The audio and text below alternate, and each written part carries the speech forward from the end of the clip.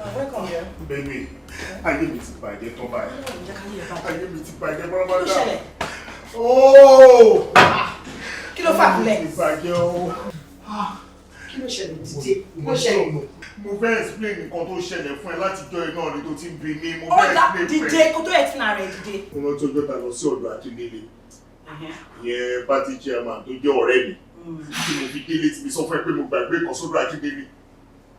Mo rántí mò ń bọ̀. Bébí mi ò gbàgbé kankan lọ́jọ́ yẹn. Mi ò gbàgbé anything ọlọ́ọ̀. Ọ̀rọ̀ àwọn ladies kan tó wà ń bẹ̀ lọ́jọ́ ẹ̀, àwọn ladies bíi mẹ́rin kan wọ́n báyìí, a bá wọn níbi tá a ti lọ mú nǹkan lọ́jọ́ ẹ̀. Àwọn ladies pọ̀ káàkiri fún jùkọ̀ síbẹ̀ ìlú wọn kún àmì ẹ̀. Àwọn particular ladies tí mò ń sọ̀rọ̀ pa ẹ̀ o mọ wọn, o mọ àwọn set of ladies ẹ̀ o mọ wọn. Ṣé mo máa ṣọ́ọ̀ tó wà lẹ́yìn? Bí mo ṣàṣe ni mo ṣàṣọ fóun, ìgbé kó bá fi gba nọ́mbà wọn, òun náà ni mo tún sọ fún ìgbé kó lọ fún wọn ní 200,000 naira, ìgbé kan fi ṣòwò mọ́. Jọ mi tí understand, mo sọ fún òun kó lọ bá mi fún, mo sọ fún òun kó lọ tálí ohun tó ń sọ, wí ìdí ohun. Ayé mi bàjẹ́, Kọ́lá ni mo sọ. Kọ́lá o. Kọ́lá kan náà. Kọ́lá wa. Kọ́lá! Kọ́lá! Ayé ẹ ti bàjẹ́ o. Ayé ẹ ti rún. Bó ṣe bá ayé mi jẹ́, láyé ẹ ṣe ti bàjẹ́.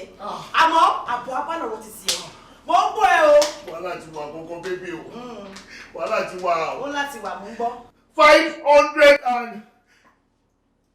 520 million naira òun ni wọ́n gbà lọ́wọ́ mi. 520 million naira. 520 million naira. I am serious. In fact, mo bí kò fún ọkọ mo fẹ́ fẹ́ra mọ́tò mi ò tiẹ̀ understand. Mi ò tiẹ̀ rí clue mi ò tiẹ̀ bright sójú mi. Wípé wọ́n gbá mi ni mi ò understand rárá o. Ìgbà tó wò tó tí mo wówó káàkiri, òun ni mo tún gba 50 million naira lọ́wọ́ ẹ̀yẹ tí mo fi kún. Owó ti gbà lọ́wọ́ mi. Exactly òun ni mo fi kún. Tèmi ti bàjẹ́. Ayé mi ti bàjẹ́ Ayé lọ́wọ́ mi ni ti o. bàjẹ́. Báyìí ti bà tèmi jẹ́. Ó ti bà tèmi jẹ́. Wọ́n máa ronú fast ni mo ṣe wò pé what can we do please we can still get this money please. Ẹgbẹ́ ìbọn mi. Ayé mi o. Ṣé wà ní station? Oh better. Mo ní ìdìbò yìí ni. Mo fẹ́ fi pa ọkọ mi àti bí yẹ. Mo fẹ́ pa ọmọ mo fẹ́ báyé wọn jẹ́. Kí wọ́n apara mi kájọ kú dànù. Ṣọlá. Tí wọ́n ti báyé mi jẹ́. Ṣọlá. Ó ti bà tèmi jẹ́. Mo dún lẹ́yìn.